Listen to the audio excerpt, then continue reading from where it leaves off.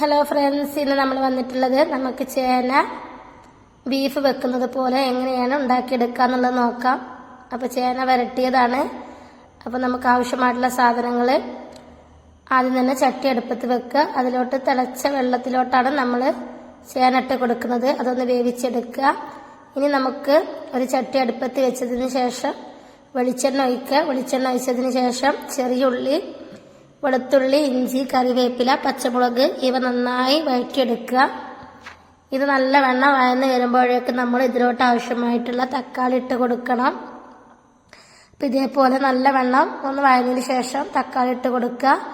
തക്കാളി ഇട്ടതിന് ശേഷം നമ്മൾ തക്കാളി വാടുന്നതിന് മുന്നേ ആയിട്ട് നമുക്ക് ഇതിലോട്ടുള്ള പൊടികളൊക്കെ ഒന്ന് ഇട്ട് കൊടുക്കണം. അപ്പോൾ നമ്മൾ ഇഞ്ചി വെളുത്തുള്ളി പേസ്റ്റാണ് ചേർത്ത് കൊടുക്കുന്നത്. ഇഞ്ചി വെളുത്തുള്ളി നമ്മൾ ആദ്യം ചതച്ചത് ഇട്ടിട്ടുണ്ട്. പിന്നെ അതിൻ്റെ പേസ്റ്റും കൂടി ഇട്ട് കൊടുക്കുകയാണ്. നമ്മൾ ബീഫ് വരട്ടിയിട്ടുണ്ടെന്നുണ്ടെങ്കിൽ അതിലോട്ട് ഇഞ്ചി വെളുത്തുള്ളി ചതച്ച് ചേർക്കുമല്ലോ, അതേപോലെ നമ്മൾ ചേനയിലോട്ടും ചേർക്കുക. നല്ല ടേസ്റ്റാണ് ഇതുണ്ടാക്കി കഴിഞ്ഞാൽ. അപ്പോൾ നിങ്ങൾ ഇതേപോലെ തന്നെ ഇഞ്ചി വെളുത്തുള്ളി നല്ല വെണ്ണം പച്ചമണം മാറണം അതുവരെ നമ്മൾ ജസ്റ്റ് ഒന്ന് വാട്ടി കൊടുക്കുക. ഇനി നമുക്കിതിലോട്ട് ആവശ്യമായിട്ടുള്ള പൊടികൾ ഇട്ട് കൊടുക്കണം. അപ്പോൾ ആദ്യം തന്നെ നമ്മൾ ഇടാൻ പോകുന്നത് മഞ്ഞൾപ്പൊടിയാണ്. മഞ്ഞൾപ്പൊടി ആവശ്യത്തിന് ഇട്ട് കൊടുക്കുക. മഞ്ഞൾപ്പൊടി അധികമാവാൻ പാടില്ല. ഇനി നമുക്ക് ഇതിലോട്ട് മല്ലിപ്പൊടിയാണ് ഇട്ട് കൊടുക്കേണ്ടത്. മല്ലിപ്പൊടി കുറച്ച് അധികം ഇട്ടാലും കുഴപ്പമില്ല. നമ്മൾ ബീഫിനൊക്കെ മല്ലിപ്പൊടികളാണ് കൂടുതലിടുക. അതേപോലെ നമ്മൾ ഈ ചേന ഉണ്ടാക്കുകയാണെങ്കിലും മല്ലിപ്പൊടി 3 ടീസ്പൂണൊക്കെ ഇടാൻ ശ്രദ്ധിക്കുക. ഇനി ആവശ്യത്തിനുള്ള മുളക് പൊടി ഇട്ട് കൊടുക്കുക. മുളക് പൊടി ഏറാൻ പാടില്ല. കുട്ടികളൊക്കെ ഉള്ള വീടാണെങ്കിൽ മുളക് കൂടി കഴിഞ്ഞാൽ അവർ കഴിക്കൂല. അതുകൊണ്ട് അതൊക്കെ അനുസരിച്ച് വേണം നമ്മൾ മുളക് ഇട്ട് കൊടുക്കാൻ. മുളകല്ല, മുളക് പൊടി. ഇനി നമുക്ക് ഇതിലോട്ട് ഗരം മസാല ഇട്ട് കൊടുക്കുക. അതേപോലെ തന്നെ ആവശ്യത്തിന് കുരുമുളക് ഇട്ട് കൊടുക്കുക. ഗരം മസാല, കുരുമുളക്,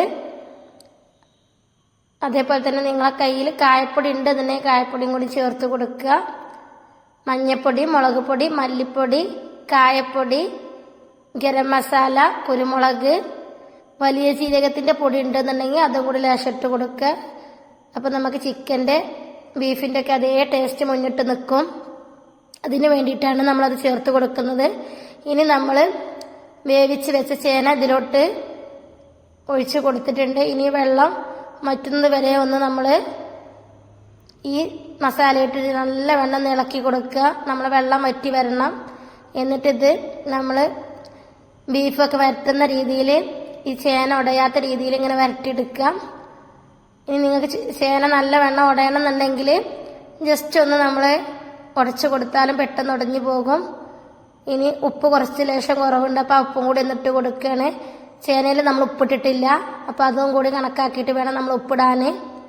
വീഡിയോ ഇഷ്ടപ്പെട്ടാൽ ലൈക്ക് ചെയ്യുക, ഷെയർ ചെയ്യുക, കമൻറ്റ് ചെയ്യുക, സബ്സ്ക്രൈബ് ചെയ്യുക. തൊട്ടടുത്ത് കാണുന്ന ബെല്ലൈക്കണും കൂടി ക്ലിക്ക് ചെയ്താലുള്ളൂ ഞാനിടുന്ന വീഡിയോസിൻ്റെ നോട്ടിഫിക്കേഷൻ നിങ്ങൾക്ക് ലഭിക്കുക. അപ്പോൾ നിങ്ങൾക്ക് കാണുമ്പോൾ തന്നെ മനസ്സിലാവും നല്ല ടേസ്റ്റ് ഉണ്ട് എന്നുള്ളത്. അപ്പോൾ നിങ്ങൾ ഇതേപോലെ ഒന്ന് ഉണ്ടാക്കി നോക്കുക. എന്നിട്ട് ഫീഡ്ബാക്കൊക്കെ അറിയിക്കുക. അപ്പോൾ താങ്ക് യു ഫോർ വാച്ചിങ്.